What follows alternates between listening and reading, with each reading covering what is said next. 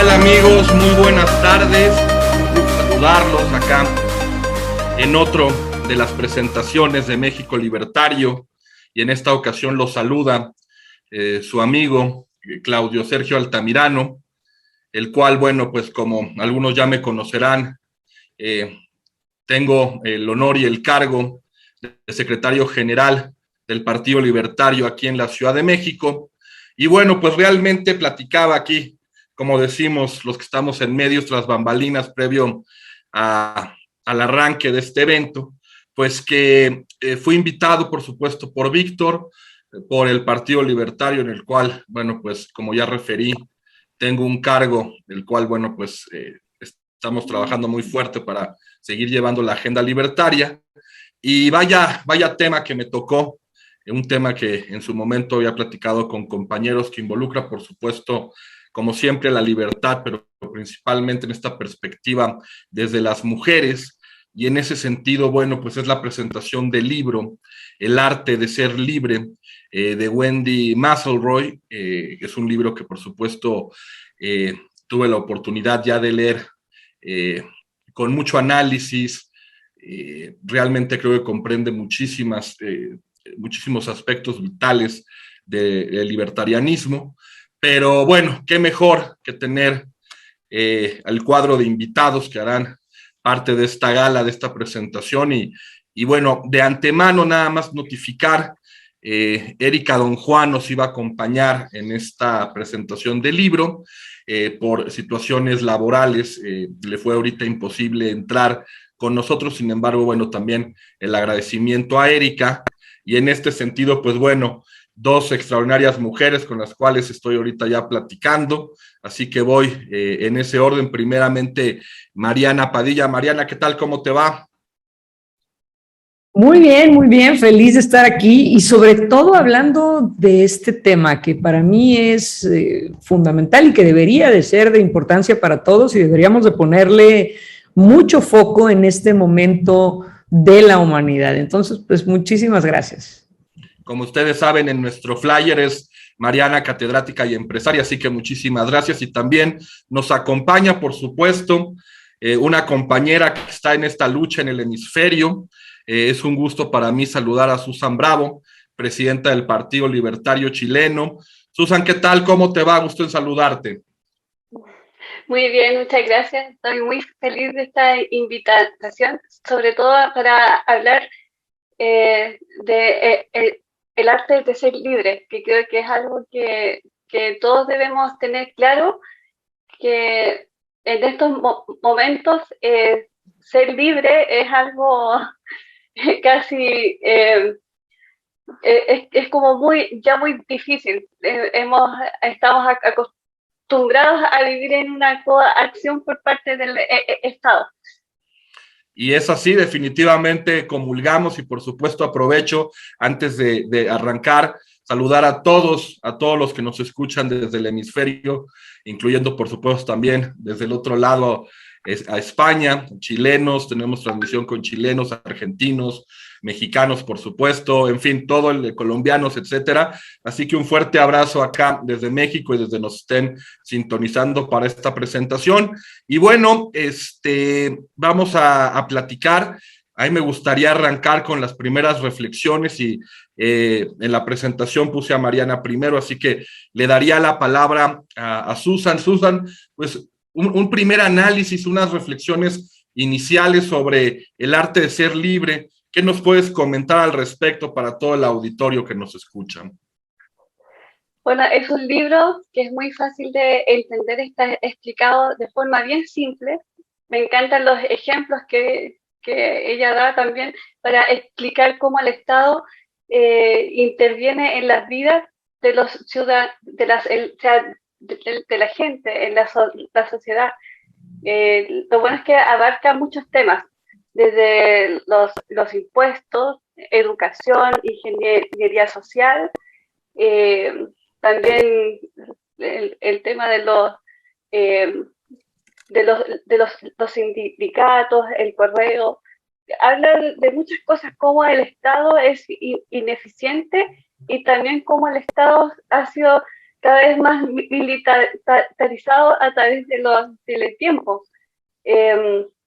Como hoy en día, por ejemplo, ella habla mucho sobre cuando antes la gente viajaba libremente, hoy en día no, el Estado interviene. Oye, en día viajar es un lujo para los que pueden. De acuerdo, de acuerdo. Bueno, pues en ese sentido, hay la primera intervención de Susan. Y ahora, Mariana, lo propio, ¿me pudieras dar unas primeras reflexiones del libro en cuestión? ¿Qué te pareció? ¿Qué pudieras destacar? Me gusta mucho y coincido totalmente con Susan, lo sencillo de la lectura, que además es fundamental que este tipo de trabajos tengan un lenguaje sencillo, porque si queremos llegar a la mayor cantidad de personas, no podemos ser tan filosóficos, y creo que este libro logra eso de una forma magistral, ¿no? Tiene datos, tiene historia, tiene fundamentos, pero lo comunica correctamente, y eso para mí es una sorpresa refrescante, porque es lo que esperamos, que esta información pueda llegar a todo el mundo, ¿no? ¿Qué me gusta? Digo, el tema de la libertad para mí me ha acompañado, yo quiero pensar que incluso sin saberlo y sin entenderlo toda la vida, ¿no? La parte de no querer encajar en ciertos espacios donde todo el mundo me decía que tenía que encajar, de manera muy, digamos, de instinto. Yo decía, no me hace mucho sentido que todos tengamos que llevar una línea y ser de esta cierta forma. Y el estudio de la libertad también me ha ocupado por muchos años.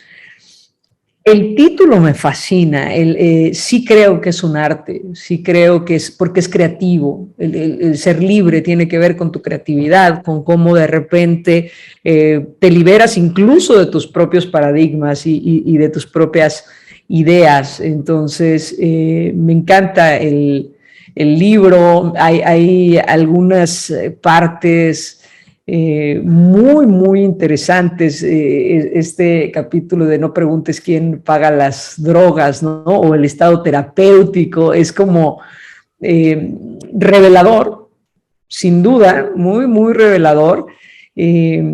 Y esta otra, creo que estamos en ese momento del pasaporte al estado total, ¿no? Estamos en ese momento en el que el Estado pretende controlarlo todo, cada uno de nuestros movimientos, y de alguna manera ya estamos en un sistema en el que va a ser muy sencillo hacerlo, porque tenemos, me da mucha risa cuando alguien habla de que si hay un chip en la vacuna, y eso me causa mucha risa, y le digo, no necesitas que te pongan un chip en la vacuna, aquí en este aparato todos traemos un chip pegado y además pagamos por traerlo, entonces no necesitas que te lo pongan en ningún en ninguna otra forma, traemos uno todo el tiempo, que le dice además a dónde vas, qué haces, con quién hablas, de qué hablas, cómo piensas, qué quieres, qué buscas, qué compras, qué esperas, etcétera, ¿no? Y el que los gobiernos estén en este momento metiéndose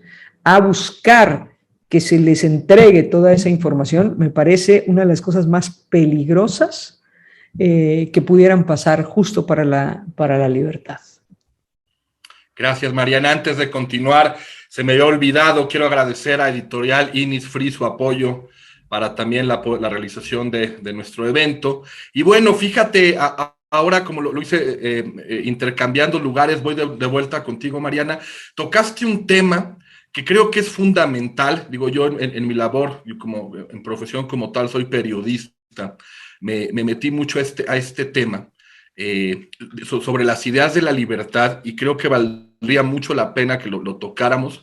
Por ejemplo, ¿qué diferencia verías tú en una izquierda totalitaria que estamos viendo en el continente? Es decir, la situación del Foro de Sao Paulo y Grupo Puebla, que lo estamos viendo con diversos niveles. Digo, a lo mejor el toqueteo que tiene López Obrador con el kirchnerismo, con Evo Morales, por ejemplo, pero sin embargo vemos catástrofes en los diversos países de América Latina, que terminan siempre en un populismo, en perder los derechos básicos. Sin embargo, ¿es acaso el lenguaje que usa la izquierda totalitaria lo que les ayuda a vender su idea? Porque a la fecha ven con ejemplos, sobre todo los jóvenes, ven muchos ejemplos reales de las tragedias de estos países y siguen aferrados a ideas completamente totalitarias. ¿Qué opinión tienes al respecto? Híjole, voy a decirlo como lo pienso, es una consecuencia de sociedades inmaduras. ¿Okay? Es una consecuencia de la inmadurez del pueblo, del ciudadano, como sociedad. Eso es una inmadurez tremenda. ¿Y por qué es inmadurez? Porque estamos eligiendo el dulce, ¿ok? Y entonces el líder pretende ser amado y el líder te dice, sí, hijito, te voy a dar un dulce, sin importar que el dulce no es un buen alimento, no te va a hacer bien, te va a hacer daño, etcétera. Pero ¿cómo vas a querer más a tu papá? Pues si te da dulce en lugar de zanahorias, ¿no? O dulce en lugar de carne o de vegetales, etcétera. Entonces creo que tiene que ver con eso, con una inmadurez, con tratarnos como niños, con tratar a estas sociedades latinoamericanas. Así, inmaduras, que están esperando un Mesías Salvador. Y ¿sabes qué me preocupa? Que incluso el que está en contra de esta izquierda totalitaria también está buscando un salvador de la derecha. O sea, no está diciendo yo puedo, que se hagan a un lado esta ola de inútiles, los de la derecha y los de la izquierda, porque yo puedo libremente conseguirme una mejor vida, trabajar por ella, tomar mis propias decisiones. No, es, uy, el que me salvaba de la izquierda no me salvó muy bien y ahora tenemos hambre. Entonces vamos ahora a que nos salve uno de la derecha. Entonces tiene que ver con eso, con un poco de inmadurez, un mucho de irresponsabilidad, porque entonces no me hago cargo y entonces pues tengo a quien echarle la culpa, es que es el gobierno. O los empresarios, ¿no? Porque ahorita pues nos atacan mucho a nosotros, entonces es culpa, yo no tengo por culpa del empresario. Y mientras haya alguien a quien culpar, o alguien a quien pedirle que nos salve, entonces no somos responsables de nada. Y entonces puedo ser tan mediocre como me dé la gana, porque la culpa no es mía, es de alguien más. Entonces es una posición cómoda, mediocre, sin duda, pero tiene que ver con la inmadurez, tiene que ver con que no somos como sociedad suficientemente adultos para decir, me hago responsable, tomo las riendas de mi futuro, tomo el control de mi vida y yo decido para dónde. No me lo va a decir ni el líder de izquierda ni el de derecha tampoco. De acuerdo. Susan, en ese mismo sentido y ligado, estaba viendo recientemente allá en Chile lo que está sucediendo en los debates presidenciales. Aparece la figura de este candidato de izquierdas, Boric, que recientemente, y hemos estado al pendiente, argumentaba y decía, va a meter más impuestos, va a castigar a los empresarios porque son los que le han hecho el daño al pueblo, y al mismo tiempo dice, pero no se espanten porque va a estar abierta la inversión. No es completamente una locura lo que se vive respecto en el caso muy particular también en Chile, en donde estamos visualizando, bueno, lo que se vivió en su momento, tanto con Allende y como Pinochet. ¿Cómo ves, con todo lo que va relacionado al libro, El arte de ser libre, cómo ves específicamente en Chile ahorita estos momentos políticos? Bueno, con respecto a lo de Boric, yo no veo mucha diferencia con lo que hizo Hugo Chávez, que también dijo que no iba a expropiar, que no iba a afectar en la inversión y después hizo exactamente lo que no tenía que hacer. Entonces, la verdad es que es como para no creer. Creo que toda la gente de la izquierda tiene el mismo discurso con tal de primero tener los votos y después hacen lo contrario, porque obviamente siguen sus ideales. Con respecto a cómo está hoy en día la situación política en Chile, la verdad es que hay un gran porcentaje de la gente que no vota, ya no cree. ni la izquierda y derecha. Igual eso en parte no sé cómo se pueda ver, pero la verdad es que el destino de Chile se ha visto reflejado por muy pocos votos, y que esos votos le dan puestos a candidatos que no han hecho bien su labor como presidente. En este momento tenemos un presidente que muchos dicen que no tiene los pantalones puestos, habiendo, o sea, ha habido actos delictuales desde el 8 de octubre del año 2019 y no han hecho nada. Y oye, en día vemos consecuencias graves en este instante, tanto políticas, económicas, sociales. La gente no se siente incluso segura en su propio país, porque cuando sale esta gente a las calles es para hacer daño. Queman todo, roban todo, y la gente no, o sea, los políticos solamente se culpan unos a otros y no hacen nada. Muchas gracias, Susan. Bueno, y así en el mismo sentido te vuelvo a preguntar a ti, en la forma que estoy intercalando para hacer una moderación justa. Fíjate que hay un tema que a mí me llamó mucho la atención del libro. Arranca prácticamente en sus primeras hojas y habla sobre ideologías. Le da la autora una perspectiva y plantea dos ideologías principales, el cristianismo y el marxismo. Y deja la pregunta al aire. Una ideología per se maximiza el potencial humano y pudiera estar derivado a la justicia, a la prosperidad y la paz. ¿Tú crees, Susan, que una ideología debe ser ligada y fundamental en la vida de los seres humanos? ¿O qué visión tienes respecto a los conceptos que plantea la autora en un principio? Bueno, la verdad es que yo creo que dependiendo de la ideología, porque por ejemplo vemos el comunismo, que es una ideología que se basa en algo que no es real. De acuerdo. Se basa en algo que en el fondo son un conjunto de ideas que busca satisfacer las falencias que tuvo Marx, que tuvo Engels y así varios. Ahora, con respecto a la religión, es un tema bastante delicado, porque creo que a veces la gente también es libre de llevar su religión como ellos estiman conveniente. Ahora, mientras no afecte a la vida de los otros, creo que está bien. Gracias. Mariana, lo propio, en lo que plantea la autora, ¿una ideología debería ser inherente y ligada al ser humano o se pudiera debatir ese factor?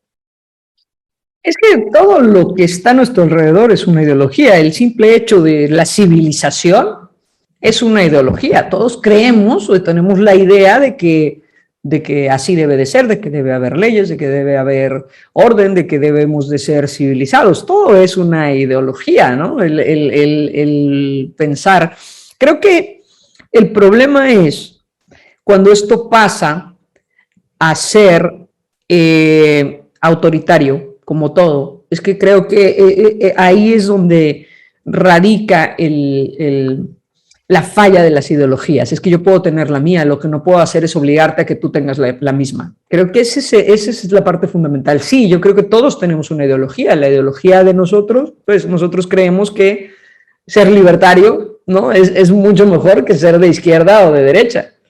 La única diferencia es que yo no estoy obligando a nadie a que lo sea, ¿no? Me gustaría llevar esta información a todas partes y me considero una embajadora de la libertad y cada vez que puedo lo expreso, pero sería contradictorio que obligara a alguien a ser libre, entonces ya no está siendo tan libre, ¿no? Si yo te estoy diciendo qué tienes que hacer, ya esa parte de libertad se empieza a perder. Entonces creo que ese es el punto. Todo lo que sucede en nuestra vida es ideología, es más, incluso el pertenecer a un país y el decir es que porque nosotros somos mexicanos lo hacemos de una forma y es que porque Susan es chilena allá es de otra forma, pues son nuestras ideologías. Sí, creo que la ideología es inherente al ser humano y no tiene nada de malo. El problema viene cuando Susan dice, no, es que todos lo deberían de hacer como lo hacemos en Chile. Entonces, ahí sí va a haber un conflicto, porque no tiene, es tu ideología y la respeto, pero en México lo vamos a hacer de una forma distinta. Entonces, creo que es por ahí el tema, o el choque de la ideología con la libertad, ¿no? La autora, Marian, plantea varios temas y liga, por ejemplo, la situación de justicia con ideología, inclusive después va pasando un poco hacia la ley natural, pero yo en este sentido, ¿no crees que estamos viviendo en la actualidad, una pregunta abierta que te tendría que hacer, que estamos confundiendo a lo mejor el tema de ideología con lo que se pueda considerar usos y costumbres? Digo, recientemente se ha dado mucha difusión a la visión del indigenismo y en algunas zonas de México, lo sabemos, pues desafortunadamente hay explotación en contra de la mujer, digo, sabemos que hay comercio inclusive de niñas, recientemente un caso muy grave ahí en el centro de la Ciudad de México.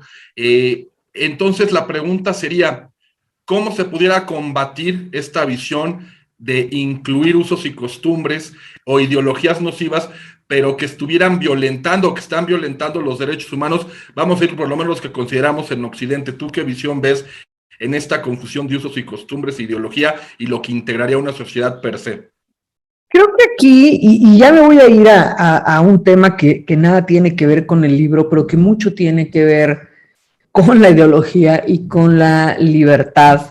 Y es esta falta de identidad, y sé que a muchos no les va a gustar esto que voy a decir, pero esta falta de identidad del latinoamericano, de todos los pueblos latinoamericanos. Y cuando hablo de falta de identidad, estoy diciendo, y lo estoy generalizando en toda Latinoamérica porque pasa igual. La mitad de México, y me voy a basar a México, pero sé que el resto de Latinoamérica se va a identificar, la mitad de México se cree indígena, azteca, mexica, y no lo es, porque somos Pérez y López y González y Martínez, ¿no? O Altamirano Amezcua, o etcétera, ¿ok? Y la otra mitad del país se cree europeo, ¿no? Entonces, esta mitad de México que cree que es indígena, evidentemente tiene una herida abierta, porque se siente robado, ultrajado, abusado, bueno, cualquier cosa que tú puedas decir para referirte a una víctima, bueno, ese es el sentimiento de esta parte del México dolido, pero además enojado, y reclamando que le devuelvan algo que nunca fue suyo, porque estamos más cerca del conquistador que del conquistado, justamente porque somos López, Pérez y Gutiérrez, ¿no? Etcétera. Y esta otra parte del México que se cree europeo, que además en su vida han pisado Europa, ¿no? Pero de repente hasta hablan como españoles cuando nunca han volado a Madrid, pero lo traen ahí, ¿sí o no? ¿No? Entonces, como aquellos... Es muy de los mexicanos. Exacto, ¿no? Estos whitexican que traen su playera del Real Madrid, que no tengo nada en contra de eso, puedes aficionarte por un equipo de fútbol de cualquier país del mundo, eso es perfecto. Mi punto es, ni conoces España, güey. O sea, tal vez tu bisabuelo llegó, pero tú todavía quieres cecear, ¿no? Entonces es como, y bueno, y que cree que es superior, pero que al final, y que entonces cree que se lo merece todo, pero que en realidad tampoco hace nada bueno con su vida. Y luego está esta minoría que realmente se siente mexicano, que por supuesto no es ni indígena ni español, es mexicano, ¿ok? Y que es echado para adelante, es mucho más exitoso, es mucho menos mediocre, está mucho menos resentido porque no siente que nadie le robó nada, pero tampoco que se lo merece solo por venir de Europa, lugar que nunca conoció, etcétera, etcétera, ¿no? Entonces es esta parte del país que sí es motor, que sí es ejemplo, que sí es progreso, que tiene visión de futuro, que sí tiene esta identidad de mexicano. Y pasa en el Perú, yo lo he visto muchísimo, ¿no? El peruano ofendido porque llegaron y masacraron a los incas y por el otro lado el peruano rubio que cree que lo merece todo y etcétera, ¿no? Y en el resto de Latinoamérica creo que pasa mucho. Y creo que sí es eso, es una falta de identidad y tenemos un ejemplo súper cercano de que cuando tomas la identidad de quien verdaderamente eres, logras tener éxito y es los Estados Unidos. Los Estados Unidos no se creen ingleses de ninguna manera, ni se creen yaquis o cherokees o... No, ni cherokees, ¿no? Y no dicen, ay, vinieron y nos hicieron. Entonces, como nos hicieron, estamos súper traumados, nos da ansiedad y qué fuerte. Ya no pudimos hacer nada en la vida porque cuando llegaron los ingleses nos trataron horrible. Y yo todavía lo recuerdo, güey, hace 700 años, ¿no? 600. Entonces es como, bueno, 500. Entonces es como, es justamente esta parte que creo yo que sucede en Latinoamérica y que vuelvo a la parte de la inmadurez y que entonces te justifica la mediocridad y te justifica la falta de resultados porque no es tu culpa, es que un día te robaron, ¿no? Es que un día llegaron y te trataron tan mal y se llevaron a tus mujeres y te quitaron el oro y se lo llevaron a Europa y vamos a ver dónde está. Entonces, y eso te quitó la oportunidad 10 generaciones adelante de hacer algo en la vida. Y entonces te da la justificación para ser un tremendo mediocre, porque pues no es tu culpa, es que vinieron los españoles y ya ves cómo son ellos. Que nos pidan perdón. Muchísimas gracias, Marian. Susan, en lo propio, creo que ahorita Marian saca un par de temas muy interesantes. El tema de nuestra falta de identidad. Y yo quisiera añadir otro en tu visión, por ejemplo, la situación del latinoamericano, el resentimiento que en algún momento también lo trataría el libro, obviamente no en la visión latinoamericana, pero sí en cómo llegan a pensar muchas personas en sociedad. Tú, en lo particular, Susan, ¿cómo ves realmente la pregunta expresa que yo te haría en este momento? ¿Los gobiernos, el estatismo, controla a las personas vía el resentimiento, vía la falta de identidad, vía a lo mejor los complejos que podemos tener como sociedades, los latinoamericanos en general? Yo creo que en parte sí, dependiendo del gobierno. Bueno, acá los últimos gobiernos que han sido de izquierda, por ejemplo, han promovido mucho esto de que bueno, como decía Mariana, el indigenismo bueno, y muchos partidos también políticos han usado esto, tratar de como que la gente busque una identidad, cuando acá, por ejemplo, en Chile somos todos chilenos y no hay que hacer diferencia entre las etnias y los que vienen y con los que tienen descendencia europea. Creo que eso también nos va dividiendo y nos hace luchar o sea, unos con otros. Eh, el Estado no hace nada, creo que no ha hecho nada para evitar que esto crezca más. Esto cada vez se nota más. Bueno, acá donde vivo hay una zona indígena y hay mucho conflicto.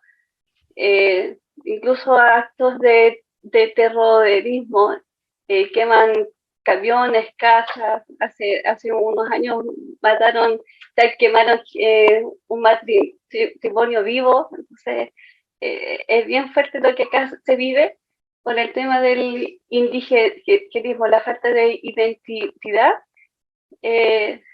hacia lo que nosotros somos como Chile en este caso. Y sí, creo que mientras no se tome esto claro, de que somos todos un solo país, como es en el caso de Estados Unidos, como decía Madriana, ya la gente no se hace distinciones propias con tal de hacer divisiones. Y todos acá somos, bueno, acá todos somos chinos. chilenos en México, toda la gente es mexicana. Entonces, no podemos dividirnos como país. Eso es, y esto ocasiona un conflicto interminable y más encima quieren que prácticamente España les pida perdón porque llegaron y a pesar de que hicieron cosas malas, también hicieron cosas buenas. Si no hubiesen venido los españoles, los mayas hubiesen a lo mejor hecho el video genocidio acá, y muchas cosas que se hacían acá eran demasiado bruscas y violentas. En el fondo los españoles vinieron igual en parte a darnos educación, hacernos Parece que orden. De acuerdo, gracias, Susan. Sí, había muteado un poquito, pero te escuchamos ya al último, al final. Gracias. Ya. Mariana, quiero preguntarte, ahora intercalo un poco la función, pero la autora saca un tema que creo que a los libertarios nos plantea un gran debate, que es el tema del contrato social. Recientemente Javier Milei, que se ha vuelto, pues yo creo, un símbolo, tendrá como siempre diferencias de percepción, porque creo que los que estamos en el mundo liberal, libertario, pecamos de no poder o de resaltar nuestras diferencias sobre lo que comulgamos, y creo que eso al final hace mucho daño, pero él plantea el esquema de contrato social y decía que era terriblemente injusto el llegar a esta vida, nacer y ya estar condicionado en algo que ni siquiera hemos firmado, revisado o hemos aceptado sin ni siquiera cumplir una mayoría de edad. Y bueno, la autora saca temas de algunos autores que ese contrato social se tiene que dar tácitamente para vivir en convivencia. ¿Tú qué crees, Mariana, que en ese sentido sea debatible este tema, o llegaríamos a una anarquía que no se pudiera controlar absolutamente nada, aún los que defendemos la idea de la libertad? Yo sí creo que sí, el contrato social, yo no estoy para nada contra el contrato social, de ninguna manera. ¿Y por qué? Porque también defiende la libertad de que tú no invadas la mía. Entonces creo que sí es importante. ¿Qué tendríamos que hacer? Revisarlo nuevamente y saber hasta dónde este contrato social realmente nos permite libertad, o este contrato social limita todas nuestras libertades. Creo yo que las limitantes naturales del contrato social tienen que ver con ser civilizados, ¿no? Si no, volveríamos a la barbarie, y tampoco podemos pretender que esa sea la libertad. Creo que tenemos que ser un poquito más moderados. Ese es mi punto de vista. No pido que nadie lo sea, porque volvemos al punto. Como libertarios no puedo decir yo creo que todos deberían de pensar igual, no lo creo, pero desde mi punto de vista, yo sí estoy de acuerdo en el contrato social, porque además justamente esta intensidad en el resentimiento que tenemos ahora pone en riesgo al ciudadano común. Susan acaba de hablar de cómo quemaron viva a una pareja. Entonces, si la libertad y el no respetar el contrato social va a permitir que regresemos a la barbarie, en donde se mata, se viola y se roba impunemente porque somos muy libres y a mí nadie me va a decir lo que voy a hacer, creo que estamos cayendo ya en un sitio a donde no queremos llegar, ¿no? Estamos en el extremo del otro lado, volvemos al punto, o sea, el extremo de la izquierda es pésimo, igual de malo que el extremo de la derecha, no lo voy a comparar con igual, pero bastante autoritario como el extremo de la derecha. Y si nosotros no queremos algo así, sí tenemos que someternos a un contrato social, quizá mucho más básico del que tenemos, pero voy a regresar un poquito a la parte de somos una sociedad sumamente inmadura, que no podría con una libertad absoluta, porque llegaría a esta barbarie por la ideología de cada quien. No tenemos una ideología homologada en el cual mi libertad me implica respetar la libertad del otro. No la tenemos todavía. Ojalá llegáramos a ese sitio. ¿no? Sería, pero eso es un ideal tan grande como el del comunismo, o sea, es una utopía absoluta, en la que si caemos en eso nosotros ahorita, bueno, pues entonces no tenemos ninguna diferencia con aquellos de la utopía del comunismo. De acuerdo. Susan, ahorita Mariana hablaba de una utopía. Yo quiero preguntarte, con las ideas liberales, libertarias, en constante evolución, y creo que sería un anhelo importante, ¿en algún momento la sociedad aprendería a ser libre sin violentar, por supuesto, el proyecto de vida del prójimo, sin la necesidad de un contrato social? ¿Qué opinión te merece? Bueno, creo que eso es a largo plazo, que primero tenemos que educar a la gente y dejar de creer que el Estado garantiza todo. Ahora sí, ahí tendríamos que ver el tema de cooperación, ver las formas de cómo la sociedad se pueda organizar y tratar de todos vivir en paz y respetándonos obviamente unos con otros. Ahora, como yo te había dicho, creo que eso es a largo plazo. ¿Ya? Creo que es un cambio brusco, creo que si lo hiciéramos ahora, creo que mucha gente se va a sentir con la libertad de hacer lo que quiera, incluso pasando a llevar las libertades de los otros y, y también ver cómo muchas cosas que hace el Estado tendríamos que hacerlas de forma privada. De acuerdo. Organizar todo eso, creo que eso toma tiempo. De acuerdo. Aprovecho entonces, Susan, ahora para seguir intercalando.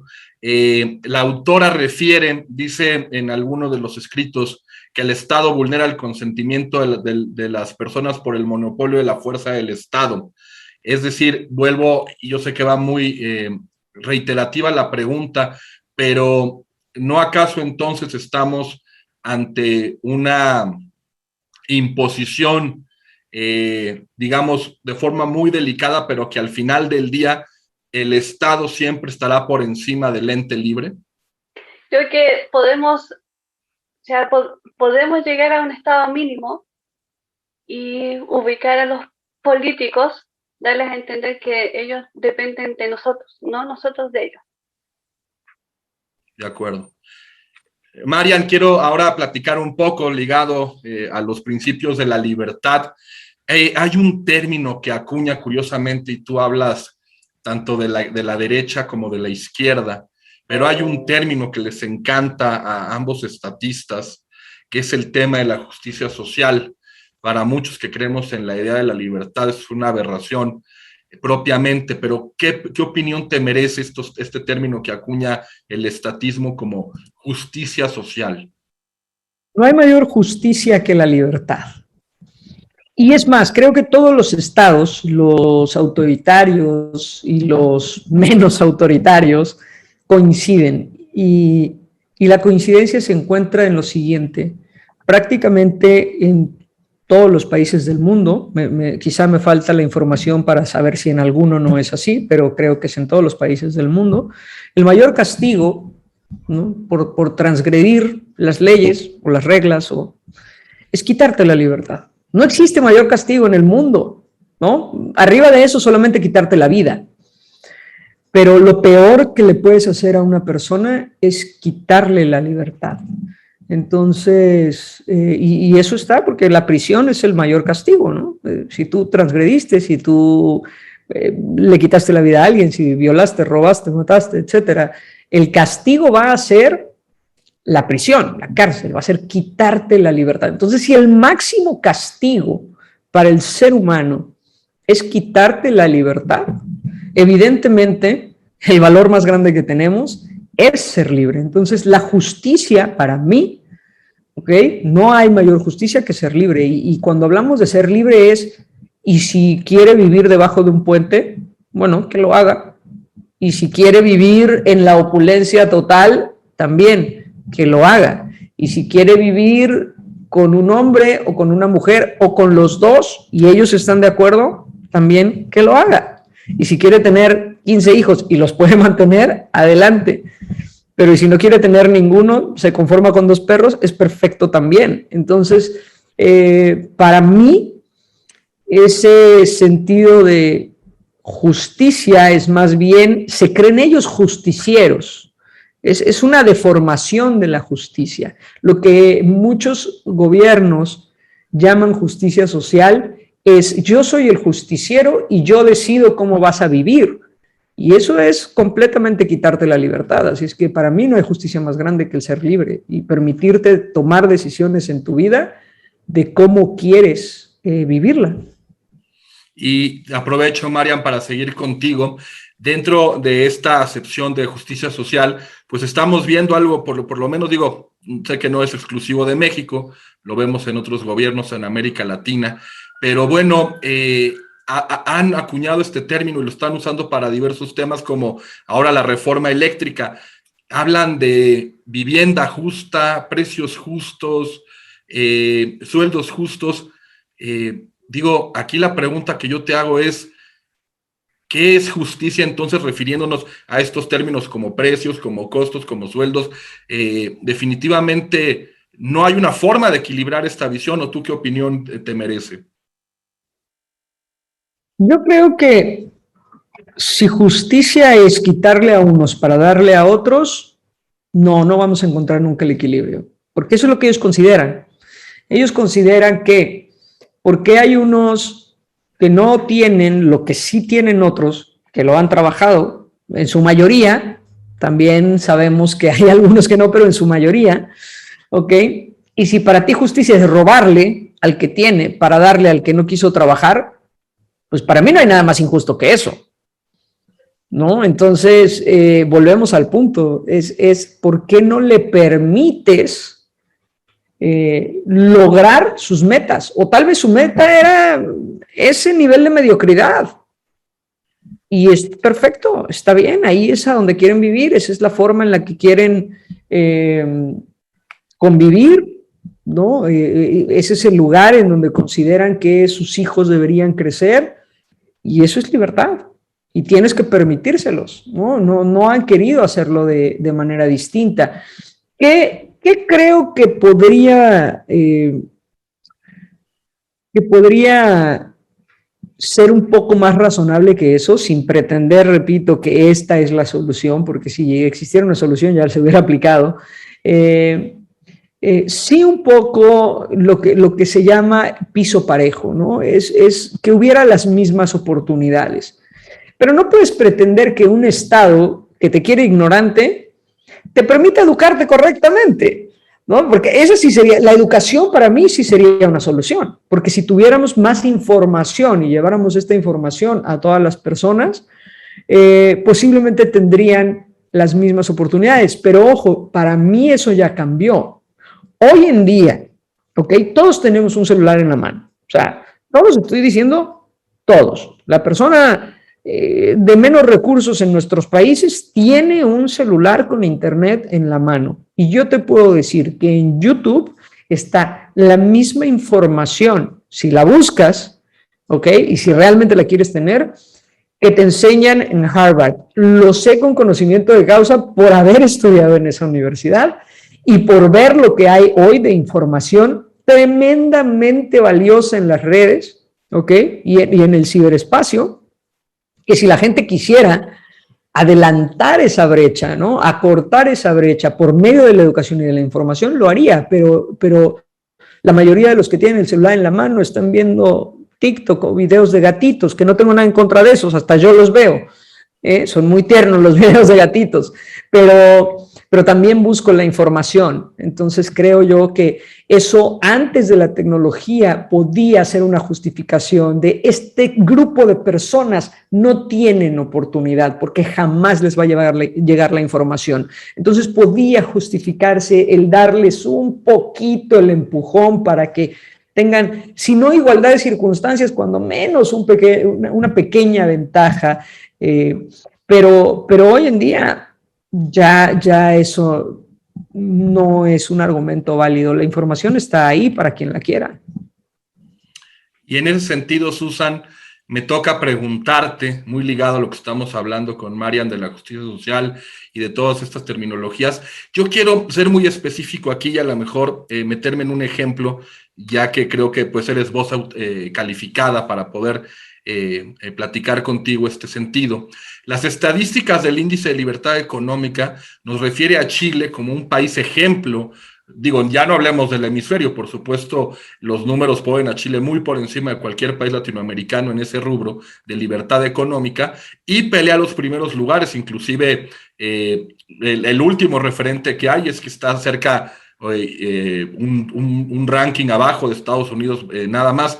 Pero yo quisiera preguntarte en ese sentido, muchas de las quejas que yo, por ejemplo, veo en medios tendenciosos, si quieres ver, de izquierda y demás, es el rezago que se ha venido dando. Es decir, esta libertad económica ha dejado a chilenos rezagados, ha habido una imposición del Estado, por más reducido que esté, o cómo es la libertad económica que tú nos pudieras platicar de Chile hacia el auditorio que está aquí presente. Antes del golpe había inflación, la gente pasaba hambre, había mucha gente pobre. Hoy en día vemos gente que tiene casas, que tiene propiedades, que tiene la oportunidad de incluso viajar afuera, que tiene las posibilidades para poder estudiar. El crecimiento económico acá en Chile favoreció el nivel de vida de la gente en muchos aspectos.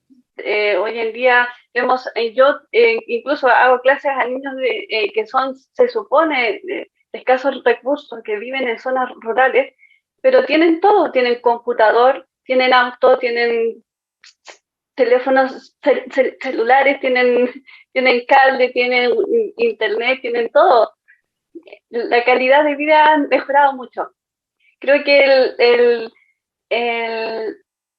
a mucha gente le falta recordar un poco cómo era antes la vida acá y darse cuenta que hoy en día tenemos muchos beneficios, muchas cosas buenas, y la izquierda sobre todo ha influido en hacer creer que nos falta dignidad de que tener un computador no te va a dar más dignidad. Acá la única dignidad es ser libre. Creo que esa es la única dignidad que uno puede tener. Creo que la gente se está dejando influenciar por incluso relatos que no tienen evidencia empírica. Los niveles de pobreza que en Chile bajaron mucho. El crecimiento económico fue muy bueno acá en Chile, el libre mercado. Hoy en día la gente incluso de escasos recursos, con ayuda del Estado, pueden incluso abrir su propio negocio. Aquí no hay excusas para poder salir adelante, pero la izquierda hace ver que la gente vive mal, que aún falta, o sea, ¿qué es lo que más, o sea, cuál es el nivel de dignidad y cómo quieren lograr esa supuesta dignidad a la gente? Quieren darles casa gratis, quieren darles educación gratis, que no es de buena calidad y que más encima eso lo vamos financiando con nuestros impuestos. ¿Qué más quieren darle a la gente para que sientan que tienen dignidad? De acuerdo.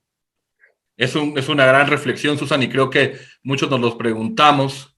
Yo tuve la oportunidad de estar en tu país hace algunos años, tengo buenos amigos y soy testigo de lo que Chile ha logrado. Ojalá que se mantengan en esa línea. Estamos ya por cerrar nuestro evento el día de hoy, pero voy a formularles dos preguntas a las panelistas que están hoy platicando con nosotros para cerrar y siguiendo el formato de moderación. Susan, me preguntan que te pregunte, ya preguntas, por supuesto, de nuestro auditorio. ¿Qué opinión te merece la candidatura de Kast allá en Chile? ¿Qué opinión te merece Kast como candidato allá en Chile? ¿Qué nos puedes platicar? Bueno, creo que es el único candidato de derecha que hay. ¿Ya? No es que yo sea de su misma línea, pero creo que es el único que es fiel a lo que él piensa, tiene convicción y es un hombre que sí tiene claros sus objetivos para que Chile sea un país mejor. Gracias. Marian, te hago lo propio. Vamos a hablar un poco, nada más rápidamente, de México.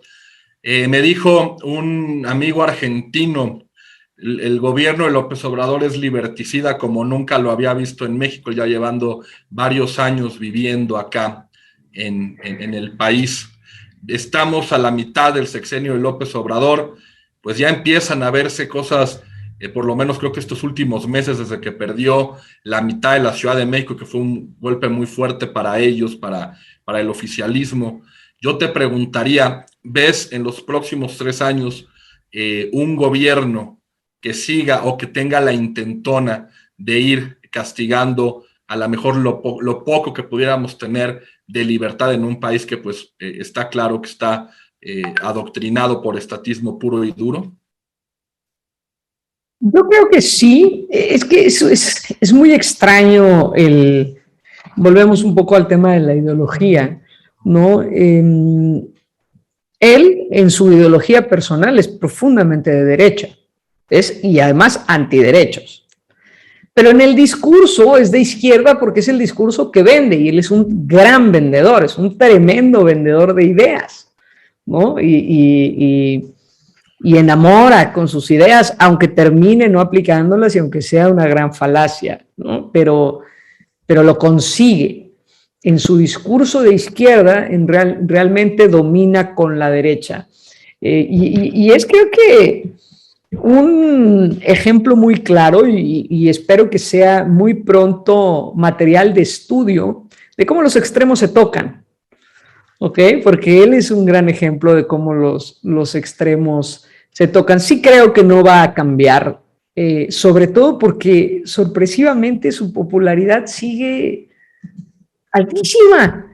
Entonces digo, si estoy haciendo estupidez y media y el público aplaude, pues yo sigo, ¿no? Creo que ahí es más bien el voltear a vernos como sociedad y decir qué clase de sociedad somos, que estamos apoyando, aplaudiendo y haciendo popular. Digo, yo sé que la popularidad no sirve de nada, Hitler era tremendamente popular, pero bueno, pues ya sabemos cómo terminó esa historia. Entonces, creo que lo preocupante realmente no es lo que él pretenda hacer o seguir haciendo, que por supuesto lo seguirá haciendo porque le está funcionando, sino que tenga una sociedad que lo esté permitiendo. Para mí ha sido una sorpresa aterradora, tengo que decirlo, el ver que en cualquier otro gobierno, del PRI, del PAN, de cualquier otro partido, el tema de los niños con cáncer que los ha dejado sin medicina, o de las mujeres a las que les quitó todo el apoyo también